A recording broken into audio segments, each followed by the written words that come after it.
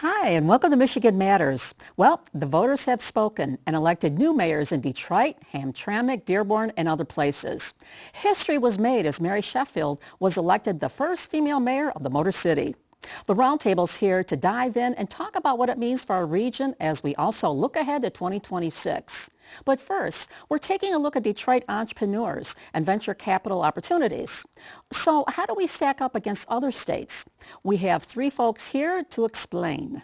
It's a show dissecting politics and venture capital opportunities. Let's get started. From CBS Detroit, this is Michigan Matters with Carol Kane. Michigan Matters is brought to you in part by Henry Ford Health. And we're so pleased to welcome Adri Fortino, who's the general partner of Mercury Fund, Patricia or Patty Glazer, who's the executive vice president and managing director of Invest Detroit, and Chris Ryzik, who hasn't been with us for a while. He's the founder and managing partner of Renaissance Venture Capital. It's so great to have you guys with us. Thank you. Thank you for having us. We're going to talk a little bit here about venture capital, and folks who may not know much about it will get hopefully a little bit smarter about it. So Chris, you have been at the forefront across our state and pushing VCs and helping our region grow in this area. Explain to someone at home who maybe is a newbie, just learning more about it, what it is. It's really money to help founders create world-changing companies. If you think about some of the biggest companies we have right now, somebody had to invest in those early because they're not going to be making money really on. You have to develop the software or the product, and you can't get that from a bank. So this is an entire industry around people making high-risk, hopefully high-return investments to change the world. Yeah, and Patty, tell us about Invest Detroit in a nutshell, what it is. So Invest Detroit is a community development financial institution, and we have multiple pillars. It's been around for about 30 years. We have the venture capital team, which I lead, but we also do a lot in the city of Detroit and its development, the Strategic Neighborhoods Fund, small business lending, our real estate, really trying to help propel the city's growth. When it comes to VCs, what industries are you focused on as far as when you're looking and making decisions? Yeah, let's go with them. Yeah, for us, it's really about where the strengths are in Michigan. So we don't have a particular industry that we only invest in, but it really follows where our strengths are from our universities and our corporates. So we do see a lot of life science and healthcare between our strong medical centers and our universities. We do a lot in software, so B2B software enterprise. And then, of course, we do have our strength in mobility, but it's not just cars. You have to think about satellites and robotics, a lot of really interesting things in advanced manufacturing. It's a brave new world technology-wise here. We'll continue that conversation. But Adrian, tell me a little bit about your fund, and your focus is more in the AI space? We do. Yeah. So my fund's been around for about 20 years. We're a national fund, and so we invest all across the country. But I'm here, and I do all across the country, but I certainly have plenty of focus in Michigan. We focus on vertical AI, which just means like a number of different kind of industry verticals that with. Give me like an example of a company that you've invested in. Yeah, so Sight Machine's a great example here in Michigan. So started here in Ann Arbor and that has expanded to offices in San Francisco and in Europe. And they do kind of a full stack application for manufacturers to be able to improve throughput, quality, and reduce scrap in any manufacturing environment that you can imagine, all leveraging their AI.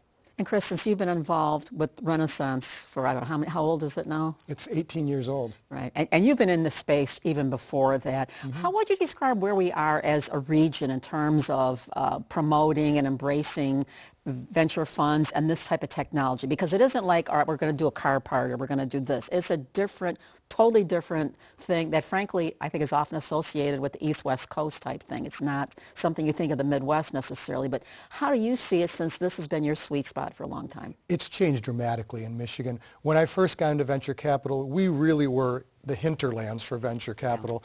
And what's happened is, particularly I think in the last decade, culturally as a state, we've embraced more entrepreneurship and the kind of companies that venture capital invests in.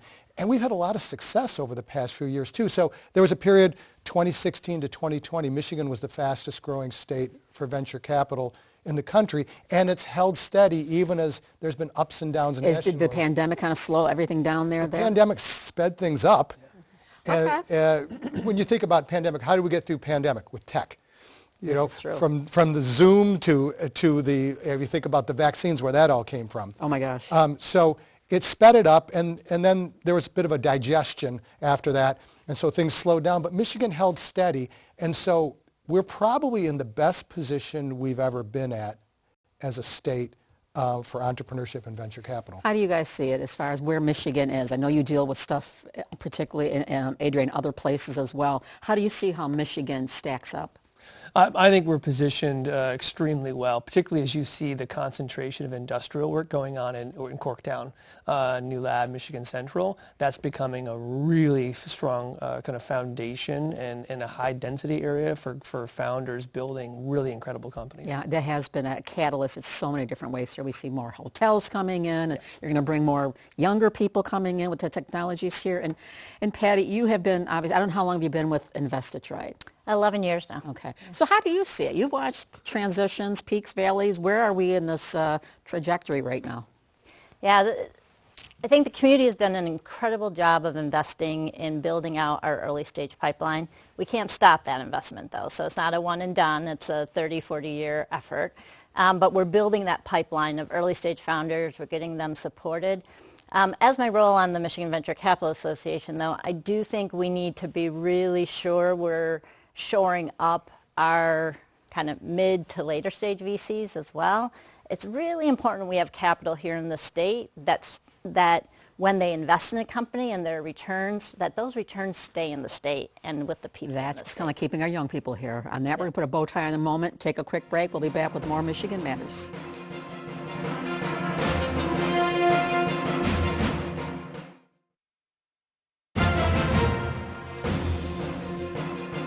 Hey, welcome back to Michigan Matters. We're talking with Adrienne Fortino, Patty Glaza, and Chris Ryzek, all about venture capital. And Chris, you have an event called On Demo Day, which was held October 1st in Detroit, and is quite a big production, all intended to help promote what's going on here. So tell us about it. Sure. One of the things we've talked about before is most of the capital in venture capital is on the coast. How do you get that capital to Michigan? And the venture capitalists out there really don't know what's going on here. The idea behind On Demo Day was to act as a way to bring together those venture capitalists from around the country with Michigan's best startups. So we take over Ford Field, and we send information. We get the best startups in the state to apply. We had 260 companies apply this year. We get the information to all these venture capitalists around the country, and they come in, essentially for speed dating meetings. We run it like a fantasy draft. The venture capitalists make their draft choices, and then we will set up, we take over tables all over Ford Field. We have hundreds of one-on-one meetings. Venture capitalists from Silicon Valley, Detroit startup, and hundreds of those. The idea that it's a first meeting that wouldn't have otherwise happened, can it lead to something? And here we are all these years later, it's led to a little over $3 billion. So you're helping companies here, startups, being able to tap into finding monies to help them grow, kind of a thing here. That's right, and really creating connections that wouldn't naturally happen because these investors on the coast tend to stay in their territory, and they wouldn't know these companies otherwise. Congratulations, by the way. You just got a big national award from the National Venture Capital Association for this, and you're promoting all of this here. So congrats to you on that. Thank you. Yeah. Thank you. Patty, you also know we have venture capital. It's not just in Detroit. It's all over the state, too, right? I know you've got a couple success stories you are aware of. Yeah, I would love to celebrate two founders. And again, the venture capital is statewide. We have companies that have invested in Houghton, in Grand Rapids, obviously in Southeast Michigan, but it's important to recognize that startups happen everywhere in the state. So I'd love to celebrate Deepak Menon, who's the CEO and founder of Microlam. It's advanced manufacturing and optics manufacturer in Portage, Michigan. And they've spent the last decade really building out a global company that recently sold to IDEX. And so when you think about your satellites in the sky and the mirrors that are attached to them, you can thank Microlam. And Adrienne, So you've been running the office that you've had here for 11 years here. Yeah. How much of a sell is it when you're talking about VCs to put Detroit and Michigan on the playing field? I don't know how many other offices your company has elsewhere. Yeah, we have 4 other offices, but it's not much of a sell anymore. It was in the past, as Chris said, but we've really established ourselves here in Michigan and the Great Lakes as a fantastic foundation to build really big companies. One of which is in Detroit called Signal Advisors. They have a kind of an AI operating system for independent advisors to help really improve the retirement life, those retirees who are trying to plan and build succession plans and things like that. And it's just kind of remarkable what they can do. Well, and when it comes to VCs, you mentioned about having healthcare as an area, life sciences, where there's a lot of this going on. And Chris, I know you invested in Moderna before the COVID with the whole vaccine and everything. That must have been quite daunting. Yes, we invested back in 2011 in a group called Flagship Pioneering. They founded Moderna in their offices. And so we had been an investor and it had been tracking it for 9 years before COVID came out. They were actually developing their drug for lots of applications. Vaccines wasn't the first one, but we had been following them so long, we knew that it was safe. We hoped that it would work. We hoped it was. and bless them, they flipped everything around almost overnight to address that. And I was so confident, I actually volunteered and became part of the clinical trial at Henry Ford in the summer of 2020. That is amazing. Well, when you have something like that, it's like, thank goodness they were up and going and had this all going. Who knows where we'd be if that hadn't happened, but we're going to leave that alone. And I hate to say this, but we are out of time, but I'd love to have the conversation with you guys another time. Let's reconvene at a later date, talk about how things are going here. So thank you so much for being here. Congrats again on your big award. Thank you. Thanks all for right. having us. And keep it right here. We're going to continue the conversation, talk about the roundtable. We don't talk about COVID or the pandemic, but we probably will talk about Donald Trump. Don't go away.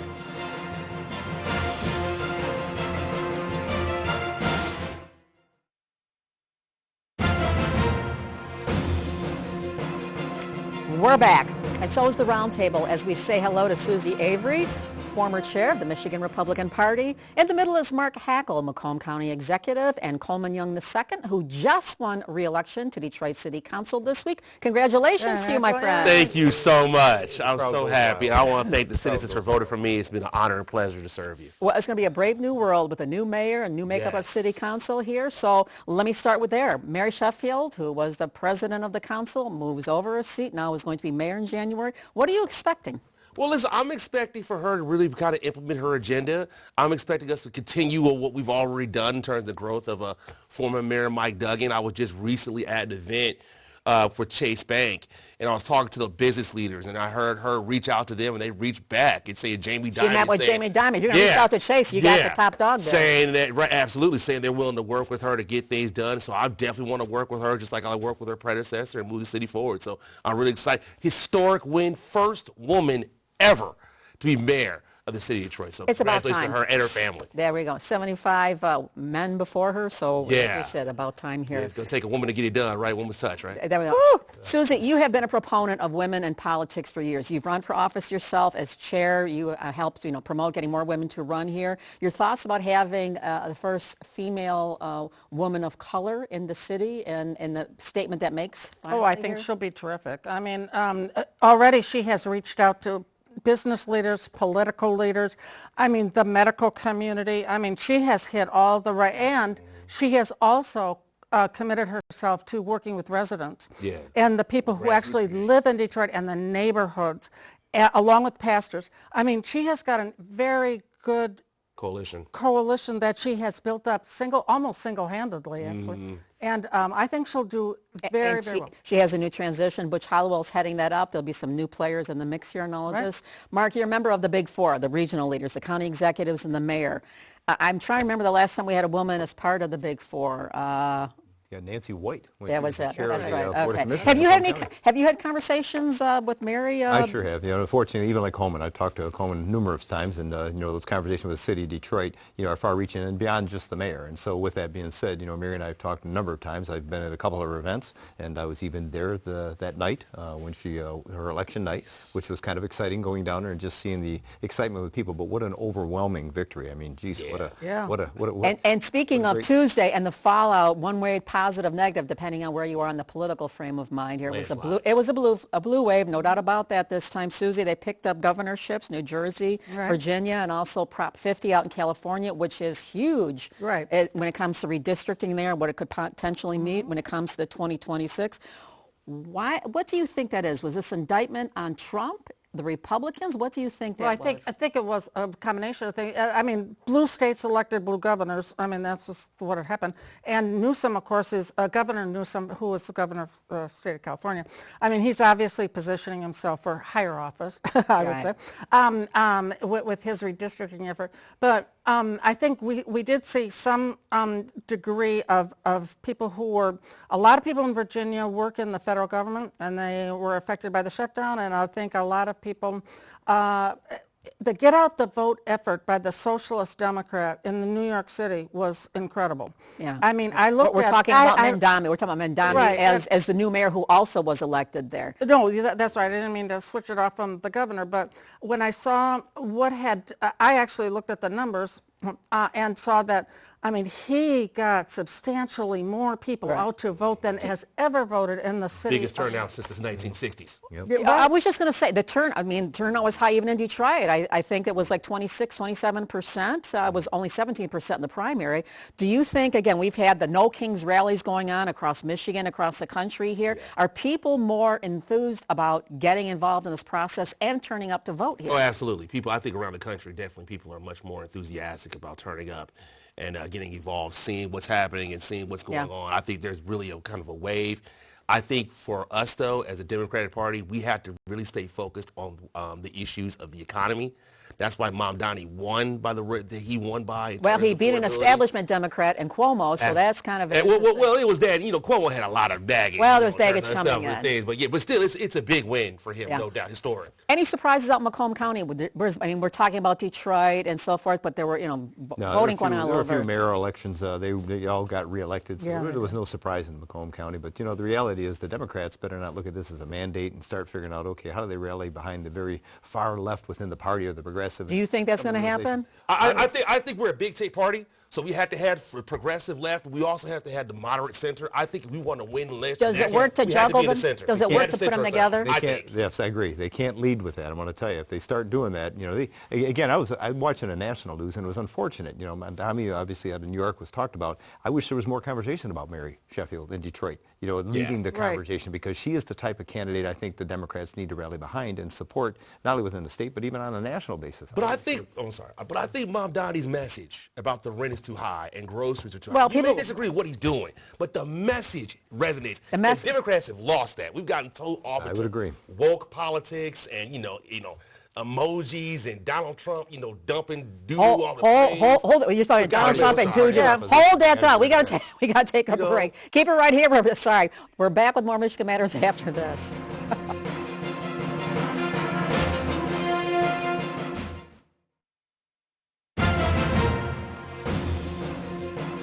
And welcome back, where the conversation continues with Susy Avery, Mark Hackel, and Coleman Young II. And boy, there's so much going on out here. We know that the government has been shut down. As of this taping, it is still shut down. And talk about airports, what may or may not happen there with all of this. Question is, how much did that factor into what happened Tuesday on Election Day?